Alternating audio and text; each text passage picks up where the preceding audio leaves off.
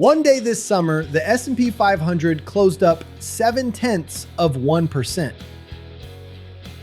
On the scoreboard, that is nothing at all. A quiet green day, the kind nobody writes about and nobody remembers.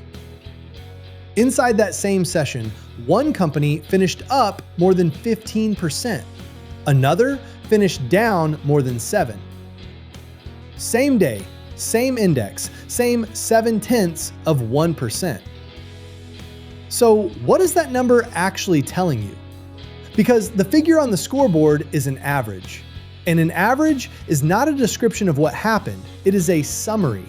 And every summary is a decision about what to leave out. 5 sessions, 1 question, and by the end, you will know exactly what that one number hides. We are coming back to the 0.7. Let's go. Start with the days when the average tells the truth. 0.61. That is the entire distance between the strongest and the weakest of the 4 movers on my desk sheet on one session in the middle of that month. The market fell just over 1% that day. Meta finished down 2.79%. Tesla down 2.61%. Nvidia down 2.21%. A semiconductor fund down 2.18%. 4 different companies, 4 completely different businesses, and 4 almost identical numbers. On a day like that, one figure really does describe all of it. 4 sessions earlier, the same thing had happened. The market fell about 0.8%, and those 4 movers all finished between 3.5% and 4.33% lower. 0.8 points covering every one of them. And both of those days share one more feature. Fear went up. The volatility index climbed about 12% on the first and about 14% on the second. That is the part worth keeping. When the whole market is frightened, it stops sorting. It just sells. Everything goes down together, and the average finally means what it says. Now watch what happens when the fear goes away. Here is a session where the index did not move at all. Plus 0.02%, 0.02%. If you read only the closing number, nothing happened that day. Inside it, Palantir closed up 7%. AMD closed down 5.17%. Nvidia closed down 4.99%. A semiconductor fund closed down 2.25%. From the top of that sheet to the bottom is 12.17 points on a day the scoreboard called flat. And this is the thing about an average that almost everybody misses. It does not hide the moves, it cancels them. The winners and the losers meet in the middle, and the middle is the only part that ever gets printed.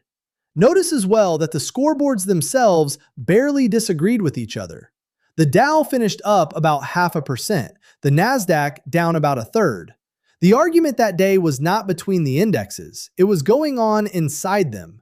12 points of spread on a session that looked like nothing at all. Hold that number. Now back to the day we started with. The S&P up 0.7%, the Nasdaq up 0.6%, the Dow up 0.5%.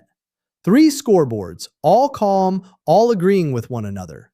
Amazon closed up 15.32%. Apple closed down 7.35%. 22.67 points between the two of them on a day that looked like nothing was happening. And the other 2 names on the sheet did not agree with each other either. Alphabet finished up 6.73%. Micron finished down 5.9%.